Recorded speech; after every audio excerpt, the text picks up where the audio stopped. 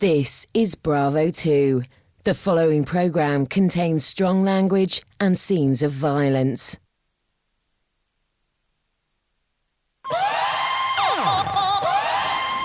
I'm in a city filled with ruthless and trigger-happy heroin gangs. I took his bollock off. Yeah, with the Beretta.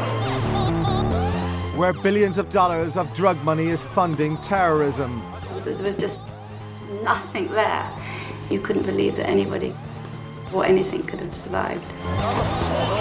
English, no problem, I can't see. This is Istanbul, the heroin capital of the world.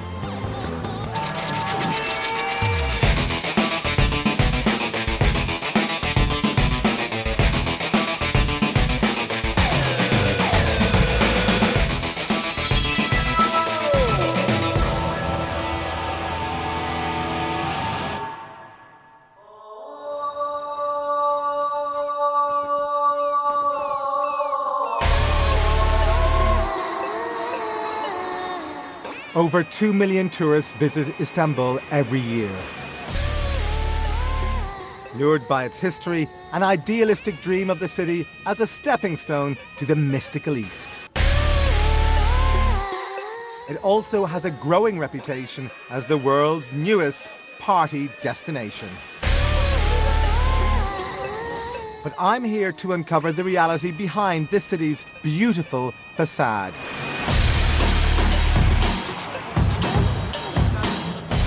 This is a place at the centre of the world heroin trade. Here, Turkish gangs control the drugs from the poppy fields of Afghanistan to the addicts on the streets of the UK. A trade that begins with football hooligans but ends in jihad and suicide bombings. I'm here to find out why Istanbul, known as the gateway to the East, has become the main drugs corridor to the West, and how this drug trade is funding international terrorism.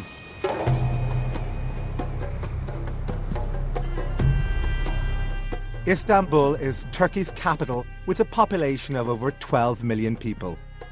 The city is split in two by the Bosphorus, the stretch of water that connects the Black Sea to the Aegean.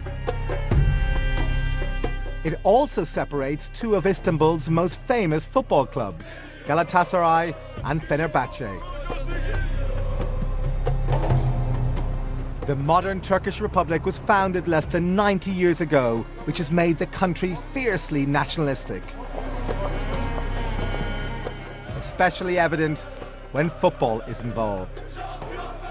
This is Taksim Square in the centre of Istanbul, and it was built to commemorate the birth of the Turkish Republic. But for British tourists, and in particular British football fans, this place has an altogether different meaning. This was the scene of a terrible double murder. In 2000, the night before a UEFA Cup semi-final match between Leeds and Galatasaray, a fight broke out between the two opposing fan groups. Tragically, two innocent Leeds fans, Kevin Spate and Christopher Loftus, were stabbed to death. Reports in the press at the time said that some Leeds fans had been desecrating the Turkish flag.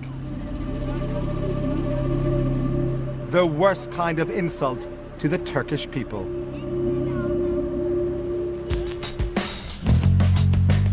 Gareth Jenkins is a local journalist who's been living in Istanbul for nearly 20 years. He investigated this story at the time and has told me there's more to it than meets the eye. What is different in the culture of the Galatasaray fan as opposed to what we normally assume as a kind of ragged, kind of lewd behaviour of the British hooligan? All of the hardcore groups in Turkey are associated with the Turkish underworld. In many cases, or in nearly all cases, their day job really is working for the members of the Turkish mafia, collecting protection money, fencing stolen goods. Some of them are doing a little bit involved in the narcotics trade. It's part of the whole structure of the way organised crime works. When people no longer young enough and strong enough to be a football hooliganism, they can kind of move up the chain of command and get into other forms of organised crime.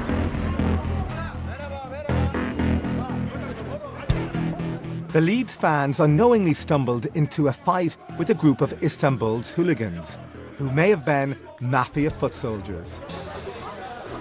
But the bosses of these groups are the ones I'm concerned about, whose main interests appear to lie outside of football.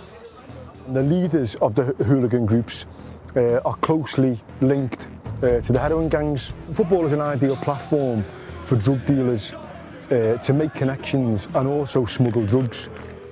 When Fenerbahce or Galatasaray play abroad, that's a vehicle for drug meetings to take place.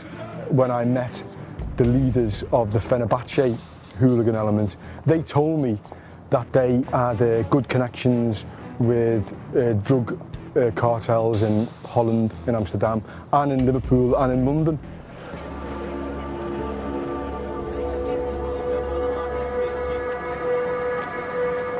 Istanbul is one of the world's biggest transit points for heroin. And the drugs that are transported through here arrive fresh from the mountains of Afghanistan, a country right at the centre of the war on terror. And some Islamic extremists are beginning to make a mark on this city too.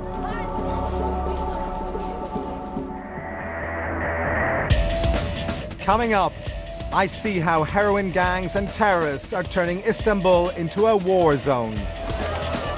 If a blue light would have flashed behind us, that was it. They were getting shot. Bazookas, Kalashnikovs, the lot.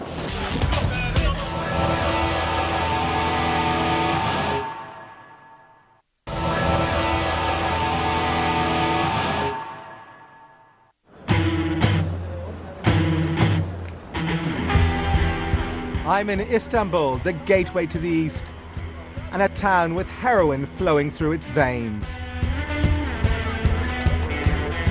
A trade that has made Istanbul one of the largest transit points for heroin in the world, creating 4 million drug addicts in the country.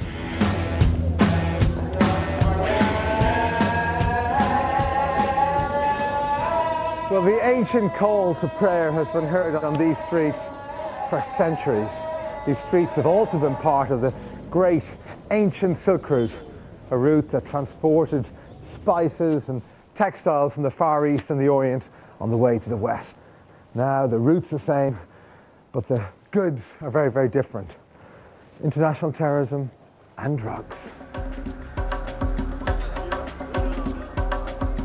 Istanbul has a unique history and geographical position as the only city in the world to lie across 2 continents. Formerly known as Constantinople, the capital of the Ottoman Empire, which ruled over much of the Middle East, North Africa and Eastern Europe. It became one of the major trading posts on the Silk Road, the old trading route from the Far East to Europe. Then, at the end of the First World War, the defeated Ottoman Empire was broken up, and in 1923, under the leadership of the Turkish nationalist Mustafa Kemal Ataturk, the modern Turkish Republic was born. This new country bridged the continents of Europe and Asia, and with Greece and Bulgaria to its west, and Iran and Iraq to its east. Its mountainous eastern borders are very hard to police and have always been popular with drug smugglers.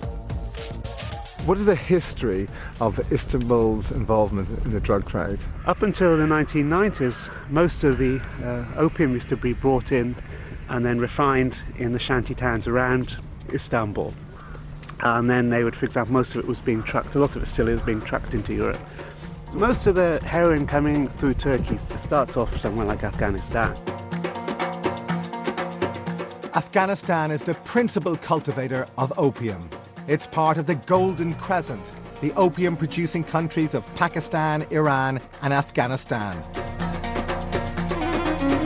Under the Taliban's strict regime, the growing of the plant was outlawed. But in 2001, after the 9/11 attacks and subsequent US invasion, everything changed, leaving the country in disarray, allowing poppy production to soar. Of all the heroin that arrives in the United Kingdom, at least 90%, probably a lot more, originates from Afghanistan. The markup is quite significant when you start with the farmer in Afghanistan paid a pittance for harvesting the poppy. By the time it gets to the UK market, you're looking at a significant amount of cash, probably within the region of £25,000 to £30,000 a kilo. In Turkey, there are major problems for the Turkish authorities in dealing with drug traffickers. When they've got lorry loads of this stuff coming through, they protect it. They protect it with a lot of firepower. They've lost a lot of their brave officers and soldiers from being able to stop this stuff coming through. So for people in parts of the world, it can produce a very, very significant security threat. Over 800,000 kilos of heroin were produced in Afghanistan in 2007, a UK street value of over £24 billion. And this amount supplies the world with over 90% of its heroin supply. It's smuggled across Iran and then through eastern Turkey to Istanbul, and from Istanbul into Europe. I mean, the amount of money involved must make those who are running the trade very powerful and consequently very dangerous. Yes, and there are certain areas, for example, in the centre of Istanbul, which are still controlled by people with links to the drug trade. There has been a shift in the last 10 years where the kind of ethnic Turkish mafia, to a large extent, have been muscled out of the heroin trade by the Kurdish ethnic mafia. The ethnic Kurds live in the eastern border regions near Iran, Iraq and Syria. One of the biggest Kurdish mafia families from this area are the Baybasins. They control the drugs trade both in Turkey and the UK from their base in Green Lanes, North London, and they're known for their fearsome reputation.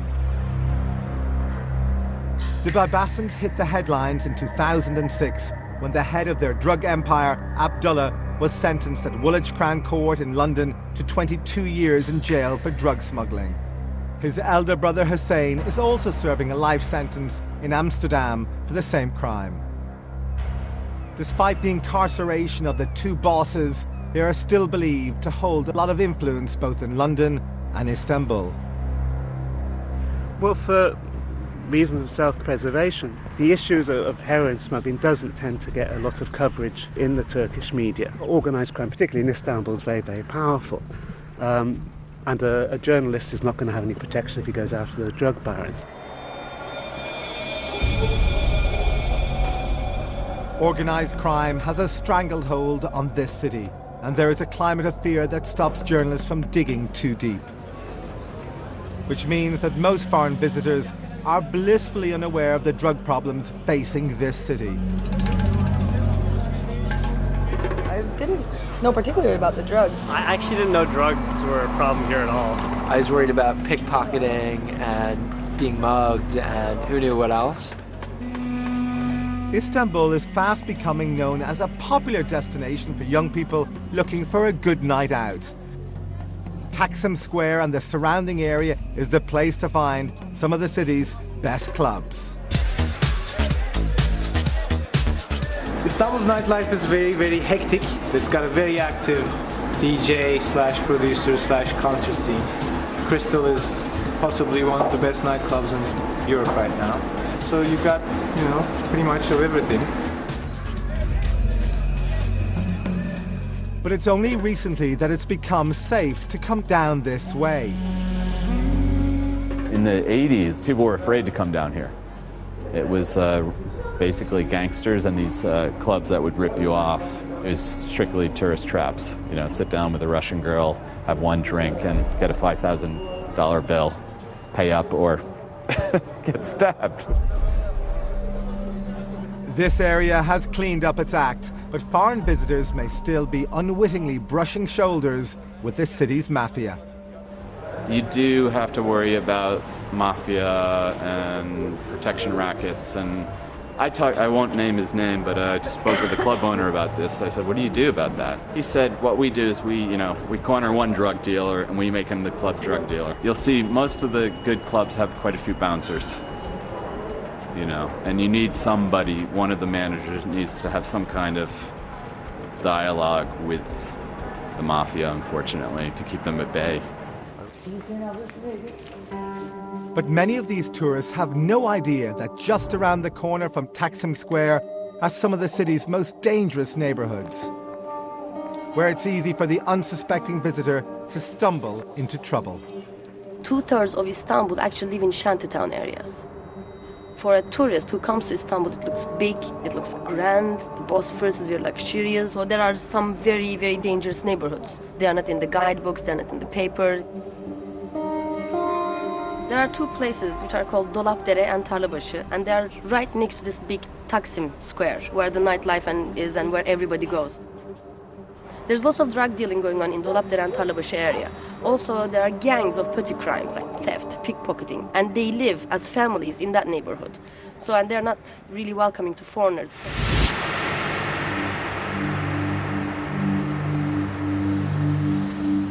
There are huge amounts of heroin flowing through this city, with an estimated 1 million drug users of its own.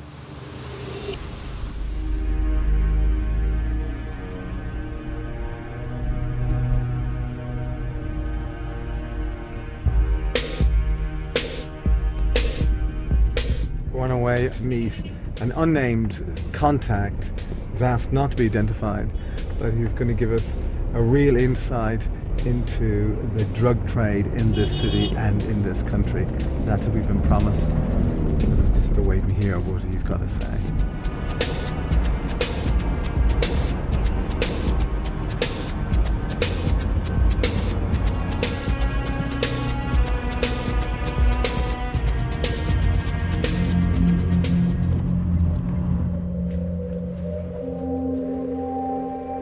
These back streets are a stone's throw from Taksim Square, but it feels a million miles away from Istanbul's friendly tourist sites.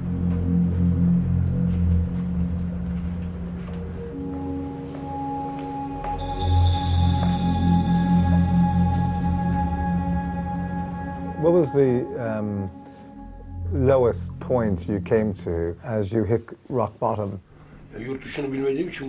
It all began with pleasure, but then it turned into an addiction. I lost everything, my family. At times, I even lost myself, my humanity. You become associates with the thief, the fraud, the kidnapper, the murderer. You get to know everyone of that sort.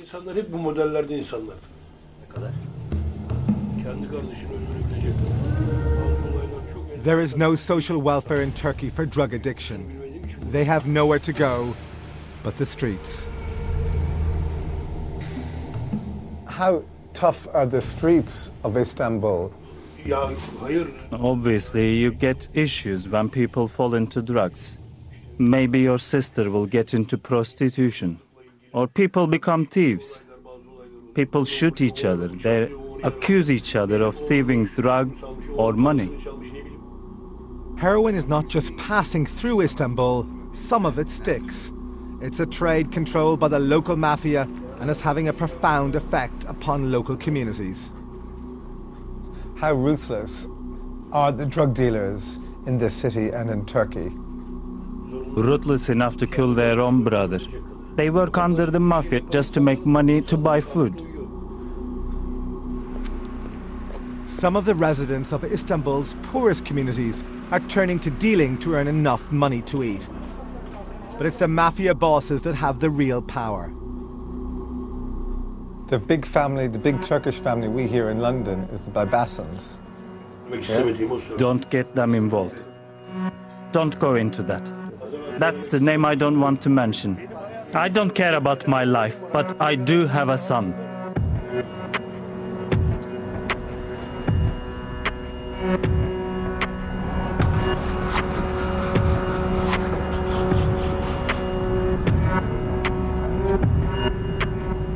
The one name, which is unmentioned name, which came out of a family who are perhaps the biggest drug family in this city and in this country, and therefore one of the biggest drug families in the world, the whole world of drug dealing and drug export, and the name is Babassan.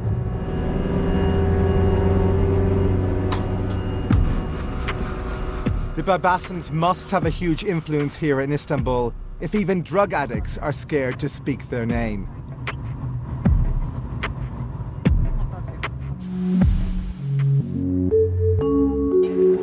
The family originally come from a small town called Lise in southeastern Turkey, an area notorious for its connection to drug trafficking.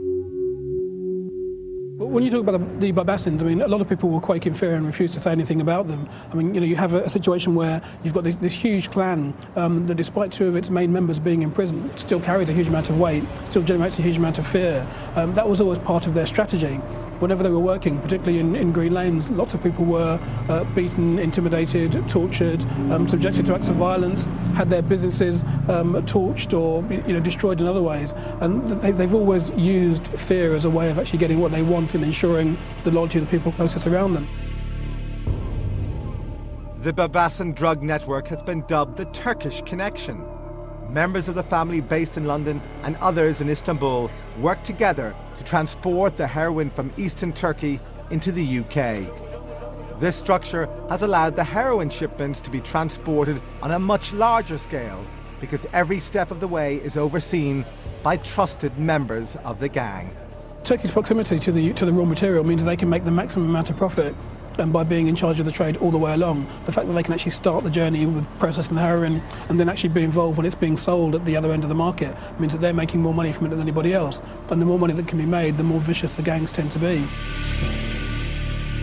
In the drug industry, in the last 20 or 30 years, we've seen an increasing amount of ruthlessness because there is simply so much money at stake that the people who are involved in it, who want to maintain their position, have to be prepared to commit acts of violence, have to be prepared to commit murder, and certainly all of the people involved in that particular clan have been involved in those activities.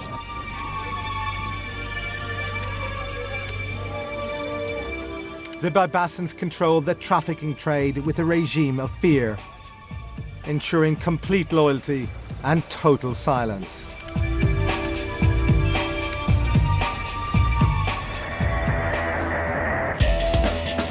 Coming up, I meet someone willing to talk. We was bringing in so much heroin, we actually brought the price of heroin down. And hear from a widow whose life was shattered when a terrorist bomb hit the city. Husband, when did you find out your husband had been killed? I just felt I knew instantly. To me, there wasn't a shred of doubt.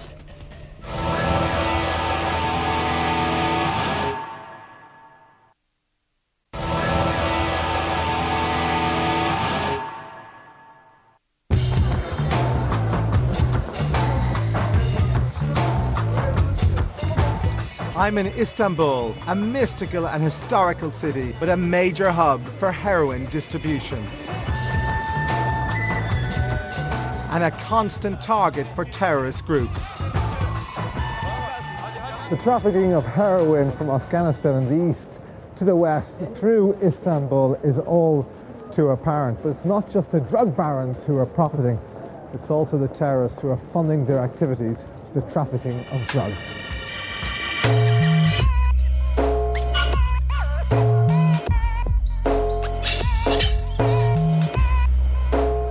One of the biggest drug traffickers in the world was a man called Süleyman Ergun. He was one of the architects of a smuggling network known as the Turkish Connection. Süleyman, he ended up as the number 3 in the Turkish Connection at the time. And so he was the number 3 heroin dealer in the whole world. And he was a dangerous man. He can be extremely aggressive and intimidating. He's not afraid to use firearms. And he was a key figure in the end. He was a key figure in the operation which smuggled thousands of kilos of heroin into Britain and other parts of Europe. Known throughout the criminal underworld as the North London Turk, Süleyman and his gang imported large shipments of heroin from Istanbul to the UK from the late 80s to the early 90s until their eventual arrest. The gang were finally sentenced to a total of 110 years in jail. Suleiman received 14 years for his involvement. His arrest was part of a high-profile operation involving SO19, the Metropolitan Police's specialist unit. They believed Suleiman to be armed and extremely dangerous. When I got arrested, my chest was full of red dots. There were snipers on top of the Enfield Town Library. And were they right to mark you as a very dangerous man at the time? Because they knew I always carried a gun. They knew I always carried a gun. They knew. Have you used that gun in anger? Yeah. Someone tried to rob me, and I used it. I'm not going to say where and when or whatever, but I took his bollock off. Yeah, with the Beretta. In their time, Suleiman and his gang smuggled thousands of kilos of heroin into the country from Istanbul. With so much at stake, they were prepared to do anything to distribute the drugs. So you were a notorious figure. Yeah. And you're regarded as one of the architects of the huge heroin connection, Turkish connection. Yeah, well, I was in charge of the whole of the distribution of heroin and the collection of the proceeds in England. From Afghanistan to London, to Liverpool, to Manchester, to Scotland. Via Istanbul? Yeah, via Istanbul. Did you escort it across Europe, across town, across London? Yeah, I had a couple of cars with armed men in there. And if you'd been stopped? Or? It was going to be a mad shootout. Bazookas, Kalashnikovs, the lot. No questions asked. Because they were getting paid to do what they were supposed to do. If a blue light would have flashed behind us, that was it. They were getting shot. The Turkish connection was such a big operation, and with so much money behind it, that Suleiman claims that they were able to bribe officials at will. And did you have policemen in your pay? Yeah, in Italy, yeah. Customs officers? And over here, yeah. In the airports. And how was you paying off the customs officers? Just they were already paying off, cash. We was even taken into the back of Heathrow Airport to pick the goods up. So it wouldn't go to customs, wouldn't even go to the luggage carousel? No. They'd be taking it off? They'd be put aside for someone to collect. The level of corruption claimed is alarming. Suleiman and the Turkish connection were able to smuggle shipments of heroin into this country on such a huge scale, they eventually depressed the street price of the drug here. We was bringing in so much heroin that, you know, we just wanted to offload it. We was dealing 250, 300 kilos every couple of months.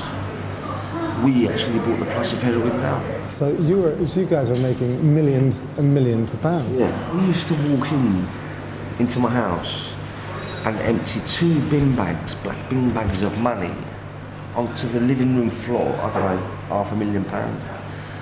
I just used to get sick of the sight of it. And I used to get someone else to count it for me because I just got sick of the sight of money. I'm sick of it. In this business, it's possible to make a lot of money very quickly, but it's just as easy to lose it all. After his arrest and facing the prospect of 14 years behind bars, Suleiman turned to the very drugs he was supplying. Now clean, he lives a quiet life in North London. But with Suleiman out of the way, it left a gap in the market for the Babasans to move in. And the Babasans, for example, big Turkish family, big connections, things like this, you know. I know them, yeah. And they were heavily involved in the trade here. It was us that started Babashan off with 11 kilos.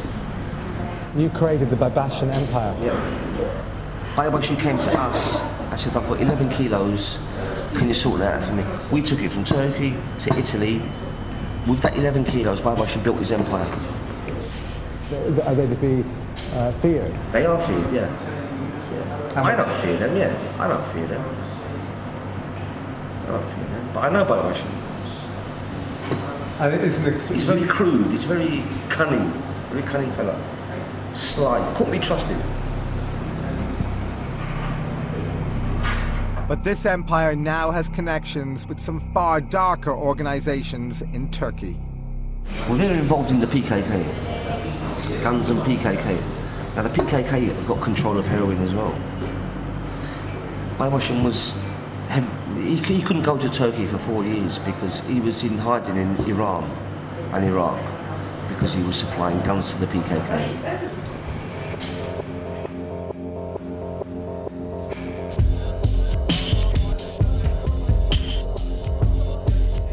The PKK, or the Kurdistan Workers' Party, are one of Turkey's most feared terrorist groups.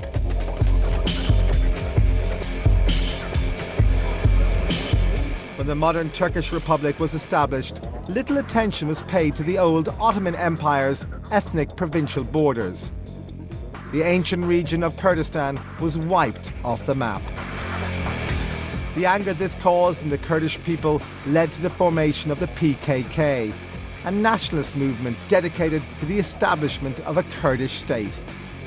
In the late 70s, they launched a terror campaign against the Turkish government, which has so far cost over 37,000 lives. The PKK want to reclaim their homeland, and Istanbul and its financial centre has become a popular target in their bombing campaigns.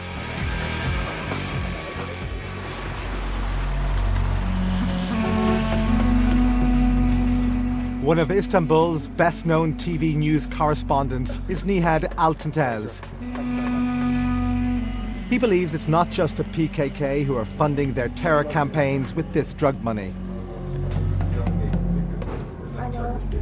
We've had figures from British authorities which say 80% of the heroin in the UK has come through Istanbul. To what extent are people in the UK who buy drugs, either recreationally or as addicts, are actually funding terrorism in this country? They must be. If the drugs are coming from the southeast, and especially countries like Afghanistan and Iran, there's no question that it supports terrorist groups. Terrorist organizations like Al-Qaeda and the PKK and many more Middle Eastern terrorist groups are all in control of the drugs trade. Tamamının kontrolünde zaten uyuşturucu veya insan kaçakçılığı, sadece uyuşturucu olarak bakmamak gerekiyor.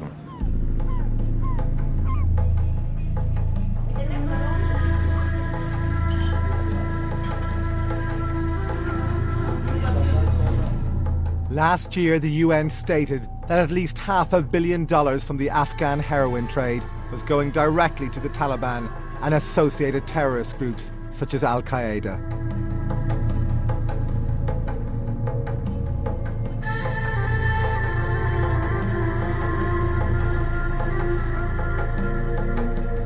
These extremist groups are using it to bankroll terror campaigns against the West.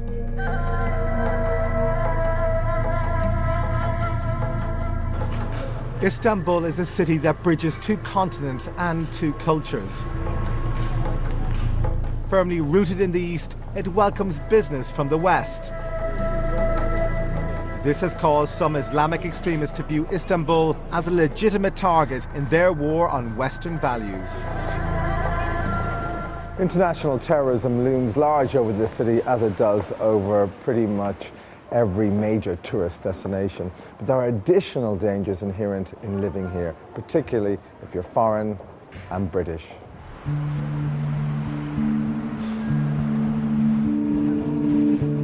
This is Istiklal Street, a bustling shopping area just off Taksim Square, where the upwardly mobile Turkish middle classes and foreign tourists come to spend their money.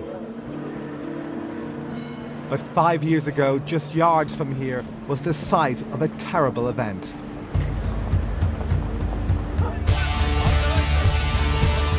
On November 20th, 2003, Istanbul was struck by the biggest terrorist attack in its history, when 2 suicide truck bombs hit the HSBC headquarters and the British consulate. English, no problem, I can't see.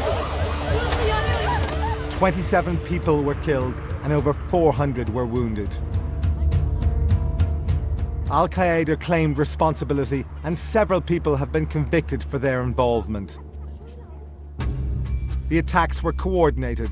The HSBC bomb occurred moments before the attack on the consulate. Victoria Short is the widow of the British Consul General. Roger Short, who is killed by the bomb. This is the first interview with the British media she's agreed to since the attack. I was at the consulate working in the garden, as I tended to do. At about 11 o'clock in the morning, we usually have coffee. So I said to the gardener, I'll go out and buy the milk. And I was about midway around the consulate, and there was the explosion. I remember seeing things flying up in the air and everybody ran. Extremists had driven 2 trucks loaded with explosives into the consul compound and detonated them. Everything was completely gone. It was the most really extraordinary. It was a bit like a desert beach. Everything was brown and nothing was there. It was all gone completely. You can't really, if you haven't seen it, you can't believe it. Just gone. And no colour, everything brown. That's what I remember most.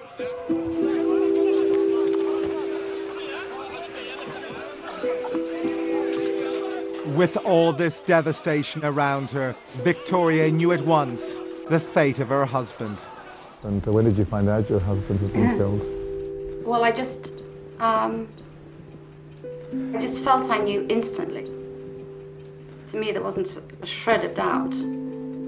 And everybody said, well, wait, because he might have been out at a meeting or something or other. And I just knew that he will, you know, because it was just so, there was just nothing there. You couldn't believe that anybody could, or anything could have survived.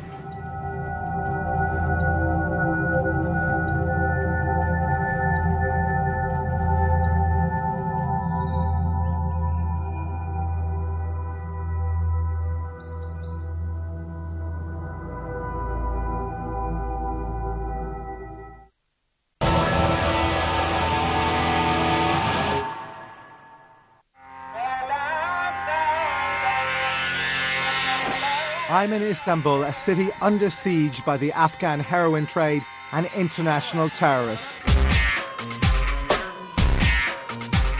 Hundreds of millions of dollars of the drug are smuggled through this city on its way to the streets of Western Europe.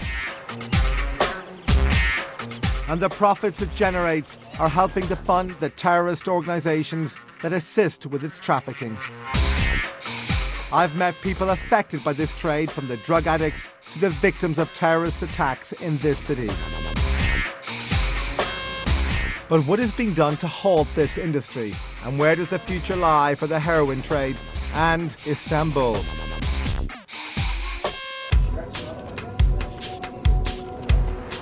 Turkey's narcotics unit is considered one of the best, and they train drug enforcement police from all around the world. Aguz Adin runs the department. He is proud of their successful seizures, but sees them just as a drop in the ocean. We seized 850 kilos of heroin last year. Even though this sounds like serious hauls, we do not believe we seized enough. Only about 10% of production is seized worldwide.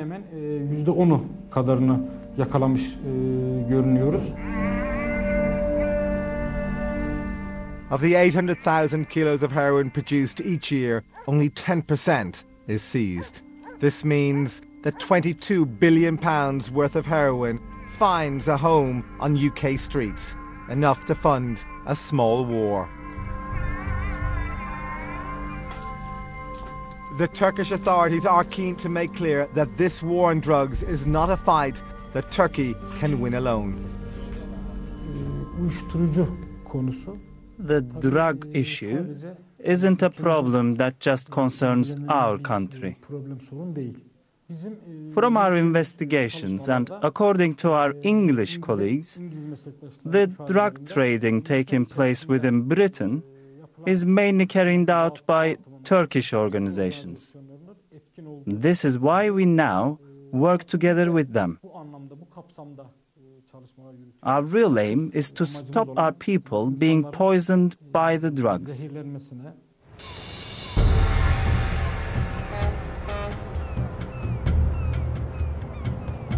Despite the hard work of international law enforcement, there are still large shipments of heroin entering the UK. With the huge amounts of cash being made, it's the drug gangs that are making up the rules. The problem with the drug business, as far as law enforcement is concerned, is that the drug traffickers have far fewer rules to follow than the law enforcement authorities do, and they have far more money to spend.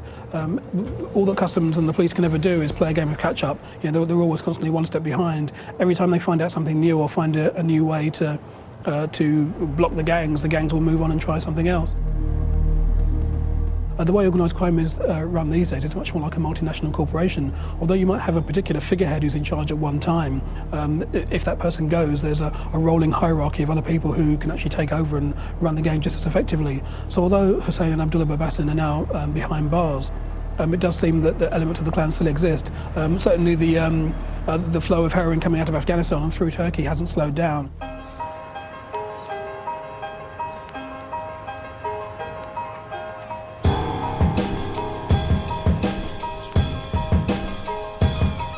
I came to Istanbul to investigate the heroin trade from Turkey into the UK. But I had no idea about the deadly link between the drugs trade and the war being fought in the mountains of Afghanistan. The real problem there is that it's the drug lords, the warlords, who control the poppy production, control the production of heroin, and then make a lot of money out of poor farmers, and they corrupt and ruin the country. What we have there is a very complex international problem. This is going to be a long-term fix to put a country together.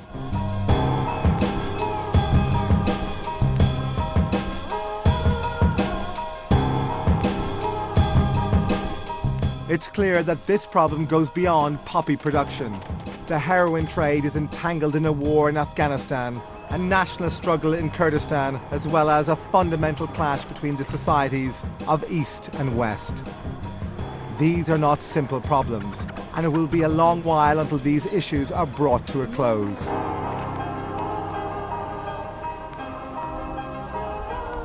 Istanbul has heroin coursing through its veins, and as long as the West's appetite for drugs continues to soar, then this mystical city will suffer the consequences.